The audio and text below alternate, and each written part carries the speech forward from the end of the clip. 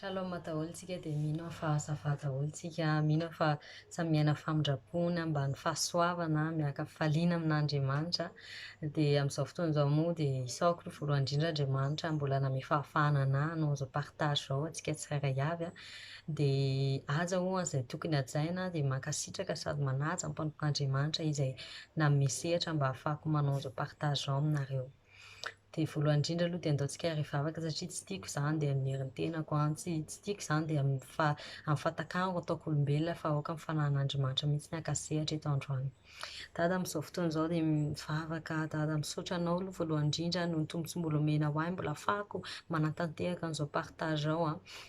Mbola ahafahako dada mivelatra amin'ny asa fanompoana amin'ny lalan'izao partage izao. Ka tonga eto dada androany dia fantako fa raha amin'ny herin-tenako any hanao zavatra dia tsy havita ininona. Tsisy impact io raha amin'ny fahatakaran'ny saiko no lazaiko eto dada. Fa mangataka anao mba ianao nampanginana izay nofo rehetra atao anatiko a. Mba aoka ny fanahinao no tena haka au-dessus, ny fanahinao no tena haka contrôle manokana aminay eto androany. Dia misaotra anao sahady dada ny fitoetranao, misaotra anao sahady amin'ny direction izay omenao. Dia misaotra anao sahady satria fantako fa raha ianao navita nanova anahy amin'ny alalan'ireto zavatra eto dia ianao koa navita hanova andreo izay mijery ireo tompo. Mankasitraka anao sahady a tompo. Amen.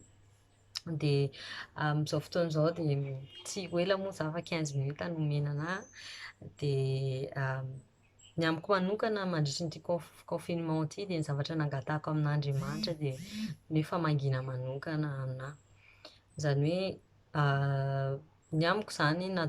matoa hoe mbola tsy nahafaty anahy iny aretina iny a, matoa hoe mbola vela soamantsara, mbola tsy marary, tsy maninona dia mbola mana planina ngezangeza kokoa an'Andriamanitra. Kanefa anatin'izany dia mila fanovana tanteraka aminahy. Dia anatin'izany nangataka an'Andriamanitra hoe mba hanovana tanteraka mihitsy amin'ny alalan'ny firaisako aminazy, fifandraisako amin'Andriamanitra. Izany hoe voalohany indrindra ny fomba fijeriko, fomba fisainako, fomba fihetsiko, ny fiteniko, ny fomba fiankovako, ny fomba fianarako, ny fomba fifandraisako ny teniny tompo dia hoe tena hiova tanteraka mihitsiny. Dia anatin'izany moa nisy teny izay azoko dia hiara-vakiako amintsika izay anatin'ny 2 Corinthiens 3:18. Averiko any 2 Corinthiens 3:18 izay milaza hoe aminaran'i Jesosy. Fa isika rehetra kosa amin'ny tava tsy misarona dia mijery ny voninahitry ny tompo toy ny amin'ny fitaratra. Ka ovana ahazo izany endrika izany, indrindra amin'ny voninahitra ka ho any amin'ny voninahitra, toy ny avy amin'ny tompo dia ny fanahy. Dia aminaran'izany dia hoe ny amiko izany ny fahazahoakan'ilay teny dia hoe miova amin'ny fanavaozan-tsaina. Izany hoe Andriamanitra te hanamboatra antsika kokoa tahaka anazy satria ny teny dia ny tena il nous a créé à son image. Nefa en tant que farantsika olombelona, en tant que ny fahotana sy ny sisa dia lasa ninalavitra an'izany izany tsika. Kanefa tian'Andriamanitra mba hiverina an'izany indray na fomba fijerisika tahaka ny teniny tanatin'ny Baiboly dia milaza hoe fijeriko izy tsy fijerinareo, ny fahitako tsy hitanareo sy ny sisany. Dia ny amiko izany dia tiako hoe Andriamanitra nangataka mihitsy hoe tompo aoka ny fijeriko mba ho fijerinao, aoka ny fahendrenao mba hitoetra ato amiko, aoka ny fanahinao mba tena hoe akasehatra complètement aminahy na n'importe quelle affaire je fais pendant la journée na amin'ny zavatra izay ataoko amin'ny fiainako dia hoe tiako ianao ny haka contrôle tanteraka. Dia tanatin'izany maro ny zavatra nentin'iseho a, maro ny prison izay niseho taminahy fa zavatra anankiroa fotsiny ny zara-mety zaraiko amintsika androany noho ny fotoana. Dia voalohany indrindra ny amin'ny fiovana ny toetra sy fomba fanao. Ny amiko izany fantatro hoe antsika koa en tant qu'olombelona moa dia maro ny fomba fihetsika, maro ny fomba fisainana aza na dia ezahanao aza hoe tsy hanisy ilay izy nefa mbola eo ihany ilay fomba fisainana tsy mety, eo ihany ilay fomba fihetsika, fijery zavatra tsy mety. Dia nangataka an'izany a, sarotra ihany ilay izy fa nefa tsy impossible rehefa miaraka amin'Andriamanitra. Dia tao voalohany dia sarotsarotra tamiko ilay izy satria acceptena an'izany hoe tsy mety ilay fomba fijeriko, iny mbola défi anankiray. Kanefa noho ny fifandraisana amin'Andriamanitra isan'andro a, noho ny famakiana teny a, dia lasa mi-ancré hoe non mila miova, maka décision miova. Ary d'accord manao an'izao dia tiako hoe hiova dia izay mahatonga anahy tena hoe hiditra lalina. Dia anatin'izany koa nefany a mbola misakana satria ny fahavalo tsy faly izy satria fantany efa misy ny brisement eo aloha eo a, dia izy koa ny fiakarana avy eo, izy hoe makany voninahitra miakatra grade spirituellement ianao. Dia tao izy tena natrehako dia hoe nampamely tena anahy nanamely tena foana zany nandritran'izany hoe zao ny zavatra ataoko tsy ankasitrahan'Andriamanitra zany tsy manana heky anovan'izany de tsy tian'Andriamanitra nefa ny zavatra mila tadiana de hoe rehefa hoe te hiova ny fanavozan-tsainy tsy atao le izy satria Andriamanitra tezitra amintsika tsy mieritreritra an'izany fa atao le izy satria zay nankasitrahan'Andriamanitra de zay no teny azoko de aussi ny tanatin'izany ny ten'Andriamanitra hoe ahoana zany ahoana zany ohatra matahotra an'izany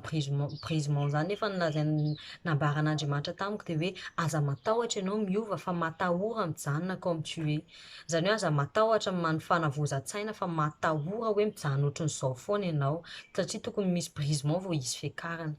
de kanefany nandritran'izany koa Andriamanitra miplace confiance tamiko ozy izy tamiko hoe tiako ianao ozy izy matoa zany nisy an'izany zavatra zany matoa ataoko apiatrako amin'ny fiainanao zany brisement zany de mahatsara anao zany manana-plana lehibe ho anao te hampiakatra ny grady spirituel anao de nanaiky an'izany de ok ro Tompo cultiveo aminahy zany zavatra zany cultiveo aminahy zany hoe patience hikatsika anao patience hiova cultiveo aminahy zany ny fifandraisana aminao zany mba hoe ahafahako miova ny fanavozan-tsaina miova ny tanteraka mihitsiny de anatin'izany koa exemple nomen'Andriamanitra anahy de hoe ny trano anankiray ohatra trano anankiray tiana hoe renovena le trano de inona atao amin'ny trano aloha arodana aloha le trano zay vao averina indray ny fondation tsarany de zay ten'Andriamanitra zay namarin'Andriamanitra le izy anatin'ny Efesiana 2:21 zay ho vakiako amin'ny français satria mazavazava kokoa zay miteny aminaran'i Jesosy en Christ toute la construction s'élève bien coordonnée afin d'être un temple dans le Seigneur. Et unis au Christ, vous avez été intégrés ensemble à cette construction pour former une demeure où Dieu habite par l'Esprit. Des années, mba fanay masina tonga amidy io quotidianao de mila fanamboarana de mila hoe arodan'Andriamanitra ny zavatra tsy mety zay tsy ankasitrahany rehetra aminao na ny toetra io na fomba fijery na fomba fisainana io arodana daholo mba ahafany teny hoe manangana nouveau anao mba ahafany manangana olona vaovao zany zay ny azoko tanatin'ny izy de anatin'izany koa tiako be ty teny ty zay ho vakiako aminareo fe en français le izy fa nataoko traduction malagasy nazoko izy hoe ny mpamorona de miasa ahatonga ny fiainako ho loha amboninahitra ka anatin'izany brisement zany tsy miasa izy hoe hampandratra anao akoriny tsy miasa izy hoe hampalatsaka anao akoriny fa miasa izy mba ho loha amboninahitra amin'ny fiainanao de zay ny tena hoe natreako nandritran'izao confinement zao de mbola misy le faharoa koa ny fifandraisako amin'Andriamanitra fifandraisako manokana aminazy voalohany indrindra nangataka zany hoe misy ny intimité amin'Andriamanitra taloha alohan'izao confinement zao de nisy foana zany mba naka fotoana foana ny ray amin'Andriamanitra hoe dada ahoana zao nisan'izao pendant la journée mba fenoy indray dada androany sy ny sisany de tsapako Andriamanitra nyresaka aminahy tamin'izany kanefany ny secret nomeny anahy nandriny confinement ty mbola nampatamana kokoa anahy à chaque moment azy na de tena mitady foana hoe non tsy maintsy manao intimité amin'Andriamanitra amin'izao lasa hoe mazoto am-po mazoto am-panahy mihitsy zany ray aminazy foana de anatin'izany za moa tsika moa ataoko olombelona de mamaky ny ten'Andriamanitra hiedifie atsika mamaky ny ten'Andriamanitra hoe ameno atsika ampijoro sy ampiakatra amin'ny fanahintsika ny encourager atsika manokana de nefa tsy vitan'izany koa ny firaisana amin'Andriamanitra fa tena hoe maka fotoana satria koa ny teny azy de hoe ny vavaka amin'Andriamanitra de hoe conversation amin'Andriamanitra fa ianao ve mihaino anazy sa miresaka foana tsy manome fotoan'Andriamanitra révéler ny tenany ho anao de zay le izy de tanatin'iny nomen'Andriamanitra anahy le teny hoe passion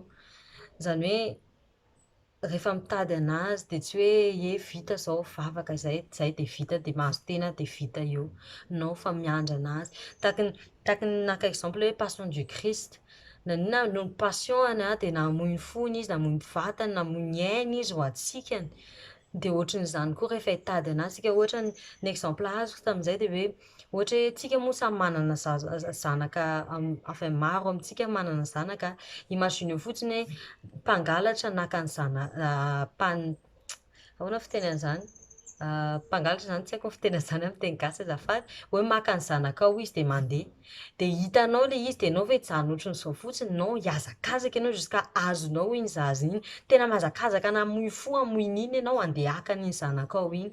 De ohatran'izany koa rehefa mikatsaka an'Andriamanitra tsy hoe eo de mivavaka fotsiny mamaky tena de mahazo tena de zay vita, fa non katsao avec passion taky ny passion nanananao nandeha nihazakazaka azon'ny zanakao, ampiasao kosa ohatran'izany passion zany hoe hikatsaka an'Andriamanitra teny hoe tsy hamelako ianao Tompo raha tsy miseho amiko androany, tsy hamelako ianao raha tsy révélé ny tenanao amiko androany. De ohatr'izany tena nampianarin'Andriamanitra anahy, tena nahita fiovana, nahita changement mihitsy amin'ny fiainako ny amin'izany. De aussi nisy exemple koa nomen'Andriamanitra taminahy hoe ohatra amin'ny mariage, anatin'ny mariage misy ny fitiavana, misy avy eo ny firaisana, de avy eo misy ny vokatra zay vokan'iny. Ka ohatran'izany koa efa miaraka amin'Andriamanitra, misy ny fitiavana an'Andriamanitra, misy ny intimité amin'Andriamanitra zay hoe ianao manokana miresaka amin'Andriamanitra, mitady ny tavany, mitady anazy amin'ny fonao rehetra avec passion. De misy ny vokatrany, après ny vokany iny ilay révélation, ny vokany iny ilay nofo zay azonao, ary indrindra le andro zay nataony anao mba tena asehony anao hoe ohatr'izao mihitsy ny tokony commencer-nao an'le zavatra. De rehefa manana koa ianao fandraisana am'totoa de ny fahitany lasa fahitanao, ny fahatakarany zavatra lasa fahatakaranao, ny fahendreny lasa fahendrenao, ny fanazava-tsaina lasa hoe tena tsara indrindra zany e. De am'izao fotoana izao koa de ny amiko manokana raha fahitako changement tamin'ity nandritran'ity confinement ty de hoe ny amin'ny fotoana za zao ny talenta nomen'Andriamanitra anahy de hoe ny resaka muzika, resaka peinture, fa depuis nanomboka hoe nifandray amin'Andriamanitra tahaky ny zay révélation nomeny anahy io, de tena hoe mahita maro samihafa nofy mahita anahy manao dessin tena hoe zavatra mety za moa manao dessin am'izao fotoana izao, fa zavatra tsy vitako am'izao lasa ohatran'ny hoe anatin'izany nofy zany tena vitako, tena hitako soamantsarany. Indrindra koa hoe ny talenta zay omen'Andriamanitra anahy hoe hitendry, hiankohaka eo aminy sy ny sisany, de nahita anahy za hoe en train hoe mitendry mahita olona maro samihafa manisy impact amin'ny fiainan'olona. Ka ohatran'izany koa rehefa mifandray amin'Andriamanitra isika de izy ny hanolontsaina, izy ny tena hoe mpianatra antsika sy tena hoe hanoro antsika hoe ito ny pas tokony aleha mba ahafahanao tonga anatin'ny anjara voatendry zay nomanin'Andriamanitra ho anao. De mankasitraka be antsika tsara avy de mino aho fa misy fa mino azafady indrindra fa anatin'izany zavatra partage zany de nisy nety nakasika anao ary tononiko am'izao fotoana izao fa amin'ny alalan'ny fifandraisanao amin'Andriamanitra de hisy fiovana goavana amin'ny fiainanao ahita ny zavatra tsy fahita ianao, aheno ny zavatra mbola tsy fahita tahaky ny ten'Andriamanitra teny hoe atsoy de ho valiko ianareo asehoko zava-lehibe, zavatra sarom-patarina ka tononiko amin'ny fiainanareo zany am'izao fotoana izao. De mankasitraka anareo niara-niaino de tononoko ny fiadanana ho antsika de mankasitraka tahin'Andriamanitra daholo.